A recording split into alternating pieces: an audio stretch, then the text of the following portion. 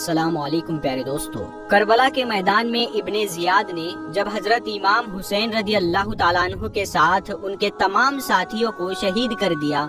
تو اپنی فوج کو حکم دیا کہ جاؤ اب عورتوں کے خیموں پر حملہ بولو۔ ابن زیاد کے حکم پر ایک بڑا لشکر اپنے گھوڑے دوڑاتے ہوئے عورتوں کے خیموں کی طرف آئے اور خیموں کو آگ لگانا شروع کر دی۔ اندر بیٹھی عورتوں کو بے پردہ کر کے خیموں کے باہر دھکا دے دیا۔ فوج آگے بڑھتی جا رہی تھی اور ایک ایک کر کے خیموں کو آگ لگا کر اہل بیت کی عورتوں کو رسوا کر رہی تھی کہ اسی وقت اچانک ایک آواز گونجی، اے ظالموں اپنی جگہ رک جاؤ، خبردار جو تم ایک قدم بھی آگے بڑھے۔ یہ آواز کسی اور کی نہیں بلکہ حضور صلی اللہ تعالی علیہ وسلم کی سب سے پیاری نواسی اور حضرت فاطمہ کی بیٹی حضرت زینب کی تھی۔ حضرت زینب وہ ہستی ہے کہ جنہوں نے کربلا کی تاریخ میں جان ڈال دی اور ان کے دلوں کو چیر دینے والے خطبوں نے دشمنوں کو بھی رونے پر مجبور کر دیا۔ کربلا کی اس بہادر شیرنی نے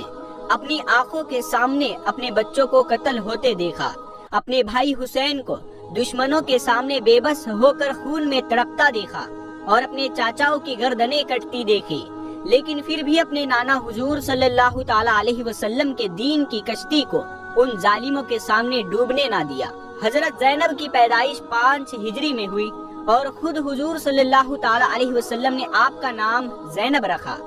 کہ جس کا مطلب ہوتا ہے کہ ایک باپ کا سب سے قیمتی تحفہ۔ حضرت زینب حقیقت میں اپنے والد حضرت علی کا ایک قیمتی تحفہ تھی اور ہم سبھی تک دین پہنچانے میں انہوں نے جو رول ادا کیا ہے اسے تاریخ کبھی نہیں بھلا سکتی۔ حضرت حسن و حسین کی طرح حضرت زینب بھی حضور صلی اللہ علیہ وسلم کی سب سے چہیتی نواسیوں میں سے ایک تھی کہ جنہیں خود آپ صلی اللہ تعالی علیہ وسلم نے اپنے کندھوں پر بٹھا کر بازاروں میں گھمایا ہے، ان کے لاڑ و نخرے اٹھائے ہیں اور بچپن کے 5 سال حضرت زینب نے اپنے نانا حضور صلی اللہ علیہ وسلم کی چھاؤ تلے گزارے ہیں۔ حسن و حسین کی طرح حضرت زینب بھی صحابیہ ہے اور ان سے بہت سی حدیثیں مروی ہے۔ حضرت زینب نے ساری زندگی صرف غم و پریشانی ہی دیکھی۔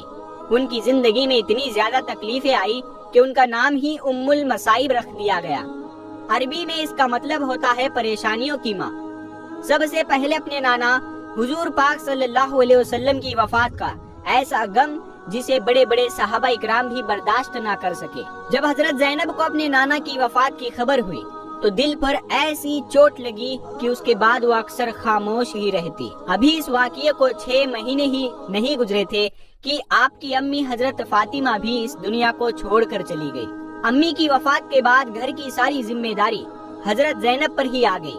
کھانا بنانا، کپڑے دھونا، گھر کی صفائی کرنا، بھائی یا والد کے بیمار ہونے پر ساری رات جاگ کر ان کی خدمت کرنا، حضرت زینب ان سبھی کاموں کو بڑی خوبی سے انجام دیا کرتی تھی۔ امی کی وفات کا غم ابھی ٹھنڈا نہیں ہوا تھا کہ اچانک ایک اور مصیبت آ پڑی۔ ایک دن صبح حضرت زینب کے والد حضرت علی مسجد نماز پڑھانے گئے۔ تھوڑی دیر کے بعد اچانک باہر کچھ شور ہونے لگا۔ حضرت زینب پہلے تو سمجھ نہ پائی کہ آخر یہ کیا ہو رہا ہے،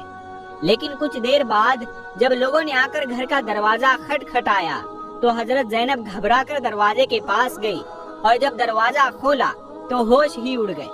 سامنے والد حضرت علی جو ابھی کچھ دیر پہلے فجر کی نماز پڑھانے گئے تھے، ان کا زخمی جسم کچھ لوگ اپنے کندھوں کے سہارے گھر کے دروازے پر لیے کھڑے تھے۔ ابن ملجم نے ایک تلوار میں زہر لگا کر حضرت علی پر نماز کے دوران اتنے وار کیے تھے کہ انہیں شمار کرنا بھی مشکل تھا۔ والد کی ایسی حالت دیکھ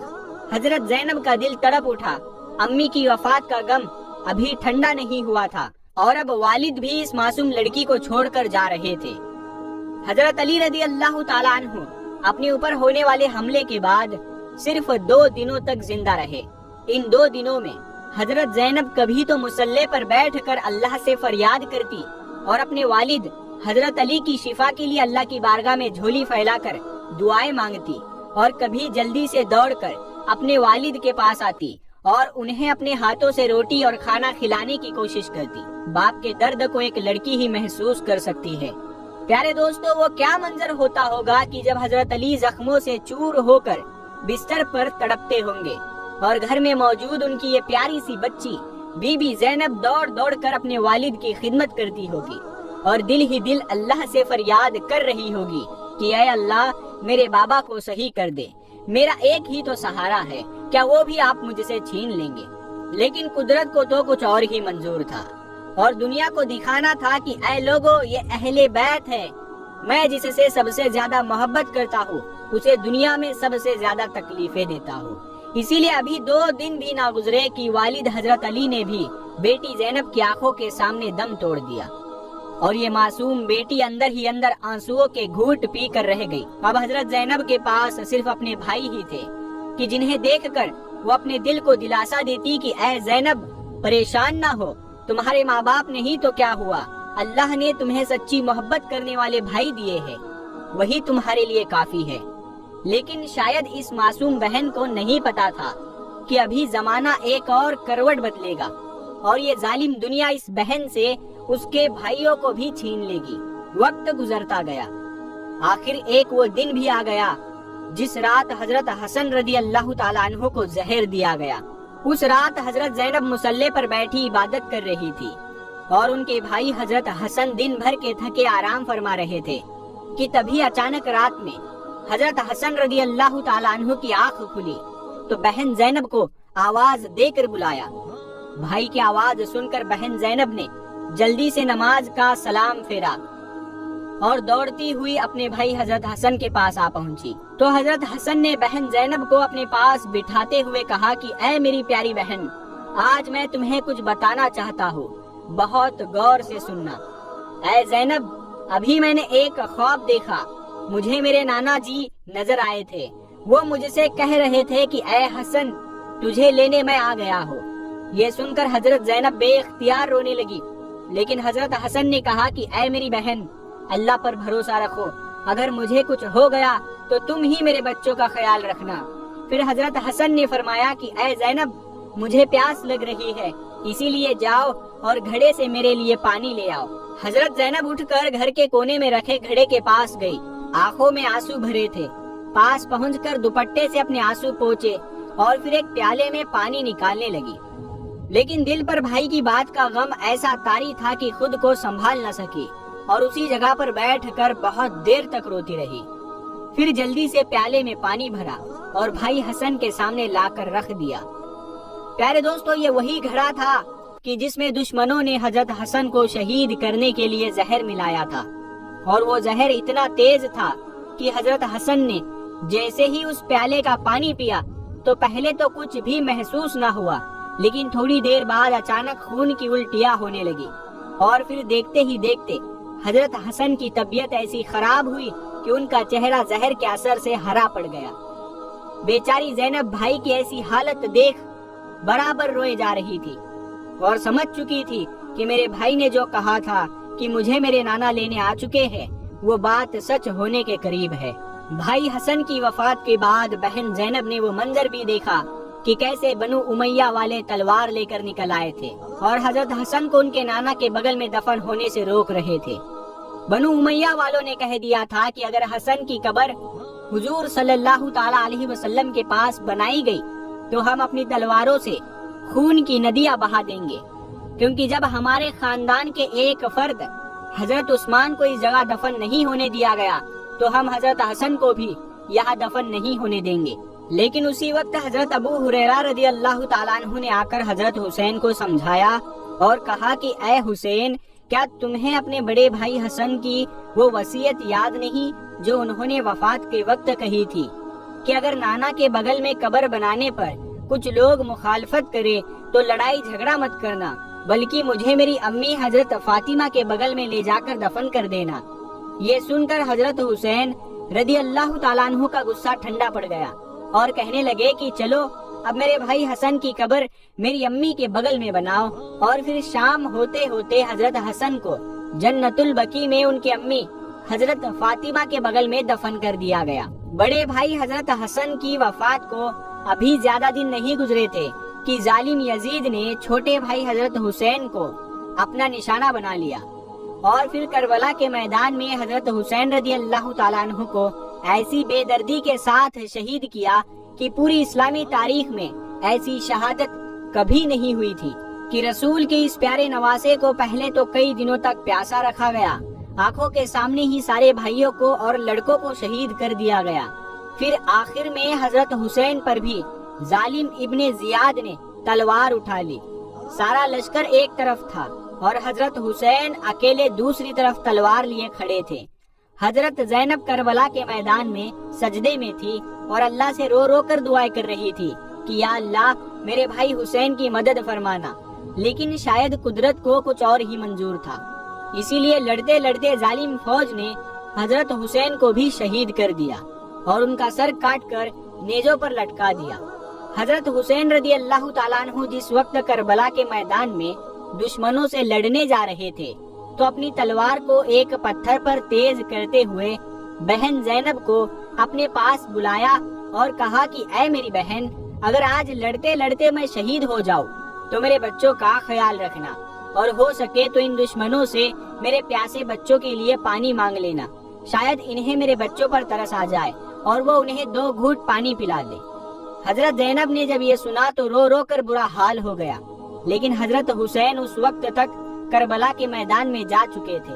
اچانک تھوڑی دیر کے بعد حضرت حسین کا گھوڑا ذوالجناح دوڑتا ہوا بہن زینب کے پاس آیا۔ وہ گھوڑا خون میں لت پت تھا، اس کے جسم پر تیر لگے ہوئے تھے، آنکھوں سے آنسو جاری تھے، اور وہ ایک خاموش زبان میں بہن زینب سے کچھ کہہ رہا تھا۔ شاید وہ گھوڑا بہن زینب سے کہہ رہا ہوگا کہ اے رسول کی نواسی، کاش کہ آپ کربلا کے میدان میں وہ منظر دیکھ لیتی کہ اس ظالم یزید کی فوج نے تمہارے بھائی حسین کو کیسے تڑپا کر مارا ہے، ان کے ہاتھ پیر کاٹ دیے، ان کا سر دھڑ سے جدا کر دیا اور پھر ان کے پاکیزہ جسم پر گھوڑے دوڑا دیے۔ حضرت زینب نے جیسے ہی اپنے بھائی حسین کے گھوڑے ذوالجناح کو تنہا اپنے پاس دوڑتے آتا دیکھا اور اس کے جسم پر لگے تیر اور تلواروں کے نشان دیکھے تو سمجھ گئی کہ باہر کربلا کے میدان میں ان ظالموں نے میرے بھائی حسین کے ساتھ کیا قہر ڈھایا ہے۔ اور پھر حضرت زینب کی ایک رونے کی آواز گونجی کہ جس نے زمین و آسمان کو بھی ہلا کر رکھ دیا۔ حضرت زینب رو رو کر اپنے نانا حضور صلی اللہ علیہ وسلم کو پکار رہی تھی اور کہہ رہی تھی کہ اے میرے نانا محمد، میرے نانا محمد، کاش کہ آپ زندہ ہوتے تو آج کربلا کے میدان میں آ کر دیکھ لیتے کہ ان ظالموں نے تمہارے حسین کا کیا حال کیا ہے۔ حضرت حسین کو شہید کرنے کے بعد ابن زیاد نے فوج کو حکم دیا کہ جاؤ اور اب عورتوں کے خیموں پر حملہ بولو۔ اچانک ابن زیاد کے حکم پر فوج نے عورتوں کے خیموں پر حملہ بول دیا اور وہ سپاہی ایک ایک کر کے خیموں کو جلاتے جا رہے تھے اور اندر بیٹھی پاکیزہ عورتوں کو بے پردہ کر کے خیموں کے باہر دھکا دے رہے تھے۔ اچانک اسی وقت ایک آواز گونجی کہ اے فوج والو، اپنی جگہ پر رک جاؤ، خبردار جو تم ایک قدم بھی آگے بڑھے، کیا تمہیں نہیں پتا کہ اندر اہل بیت کی عورتیں بیٹھی ہیں؟ دوستو، یہ آواز کربلا کی شیرنی حضرت زینب کی تھی، لیکن اس ظالم فوج نے نبی کی اس نواسی کا بھی احترام نہ کیا اور اندر گھستے چلے گئے۔ حضرت زینب نبی کی وہ نواسی تھی کہ جن کی آواز تک کسی غیر محرم نے نہ سنی تھی، لیکن آج کربلا کے میدان میں یزید کی اس ظالم فوج نے نبی کی اس نواسی کو بھی بے پردہ کر کے مردوں کے سامنے لا کھڑا کیا۔ حضرت زینب جب خیموں سے باہر نکلی اور ہر طرف اپنے گھر والوں کی لاشیں ہی لاشیں دیکھی اور اپنے بھائی حسین کا کٹا سر ابن زیاد کی تلوار میں لٹکا دیکھا تو بے ہوش ہو کر گر پڑی، اور جب ہوش آیا تو پھر ایسے الفاظ میں مرثیہ پڑھا کہ جسے سن کر دشمن بھی رونے لگے۔ حضرت زینب نے روتے ہوئے کربلا کے میدان میں کہا، اے میرے نانا محمد، اے میرے نانا محمد صلی اللہ علیہ وسلم، آ جاؤ، آج کربلا کے میدان میں آ کر دیکھ لو کہ ان لوگوں نے آپ کے بچے حسین کا سر کاٹ کر کیسے نیزوں پر لٹکا دیا گیا ہے، آپ کے گھر کی عورتوں کو بے پردہ کر کے زنجیروں میں جکڑ دیا گیا ہے اور انہیں سڑک پر گھسیٹا جا رہا ہے۔ اے میرے نانا محمد صلی اللہ علیہ وسلم، کاش کہ آپ زندہ ہوتے۔ حضرت زینب کی اس دکھ بھری فریاد نے پتھر دلوں کا بھی سینہ چیر کر رکھ دیا، لیکن ظالم ابن زیاد کے حکم پر فوج نے اہل بیت کی عورتوں کو زنجیروں میں جکڑا اور پھر انہیں پیدل ہی کوفہ شہر لے کر گئے۔ دوستو، کوفہ شہر کربلا کے میدان سے کوئی آس پاس نہیں تھا، بلکہ سینکڑوں کلومیٹر دور تھا۔ یہ ظالم فوج اہل بیت کی عورتوں کو زنجیریں پہنا کر پیدل ہی کوفہ شہر لے گئے۔ ابن زیاد کی نظر جیسے ہی حضرت حسین کے لڑکے حضرت زین العابدین پر پڑی تو حکم دیا کہ اس لڑکے کی بھی گردن کاٹ کر نیزے پر لٹکا دو۔ ابن زیاد کے حکم پر شمر آگے بڑھا اور اپنی تلوار نکال کر حضرت زین العابدین کو شہید کرنا چاہا، لیکن حضرت زینب نے جیسے ہی شمر کو تلوار نکالتا دیکھا تو دوڑ کر اپنے بھتیجے حضرت زین العابدین کے اوپر جا کر لیٹ گئی اور کہنے لگی کہ اے ظالمو، کیا ابھی تک تمہاری پیاس نہیں بجھی ہے؟ تم رسول کے گھر والوں کا کتنا خون بہاؤ گے؟ شمر نے بہت کوشش کی لیکن حضرت زینب نے اپنے بھتیجے حضرت زین العابدین کو قتل نہ ہونے دیا اور کہہ دیا کہ اے ظالمو، اگر تم میرے بھتیجے کو قتل کرنا چاہتے ہو تو پہلے میری گردن کاٹو۔ آخر مجبور ہو کر ابن زیاد نے شمر کو روک لیا اور کہا کہ ان سبھی کو کوفہ لے کر چلو۔ تمام اہل بیت کو پیدل ہی بیڑیوں میں جکڑ کر کوفہ لے جایا گیا اور پھر وہاں سے پیدل یزید کے محل دمشق لے جا کر انہیں ظالم یزید کے سامنے پیش کیا گیا۔ یزید نے جب حضرت حسین کے کٹے سر کے ساتھ بے حرمتی کرتے ہوئے اپنی چھڑی سے ان کے ہونٹوں پر مارا تو یہ منظر دیکھ ایک بہت بوڑھے صحابی تڑپ اٹھے اور کھڑے ہو کر کہنے لگے کہ اے یزید، حسین کے ہونٹوں سے اپنی چھڑی ہٹا لو، میں نے ان ہونٹوں پر پیارے نبی صلی اللہ علیہ وسلم کے ہونٹوں کو لگتے دیکھا ہے۔ ان صحابی کی بات سن کر یزید اتنے غصے میں آ گیا کہ کہنے لگا کہ اے بوڑھے دادا، شکر مناؤ کہ تم بوڑھے ہو گئے ہو، ورنہ ابھی اپنی تلوار سے تمہاری گردن اڑا دیتا۔ دمشق پہنچنے کے بعد یزید بھی ان اہل بیت کے ساتھ کچھ برا سلوک کرنا چاہتا تھا، لیکن حضرت زینب کے دل چیر دینے والے خطبوں نے پورے دمشق کو ہلا کر رکھ دیا اور قریب تھا کہ حضرت زینب کے خطبوں کی وجہ سے یزید کے اپنے لوگ ہی اس کے دشمن بن کر اس ظالم حکومت کا تختہ پلٹ دیتے۔ اسی لیے یزید نے ان نازک حالات کو دیکھتے ہوئے تمام اہل بیت کو جلد سے جلد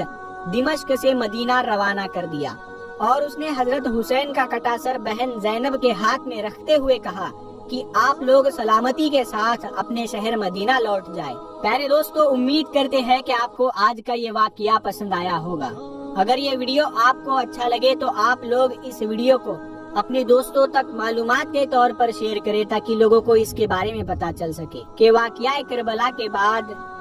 بی بی زینب سلام اللہ علیہا کے ساتھ کیا کیا ہوا تھا۔ تو ہم امید کرتے ہیں کہ آپ لوگ اس ویڈیو کو شیئر ضرور کریں گے۔ ہم ملتے ہیں اگلی ویڈیو میں، تب تک کے لیے السلام علیکم ورحمۃ اللہ وبرکاتہ۔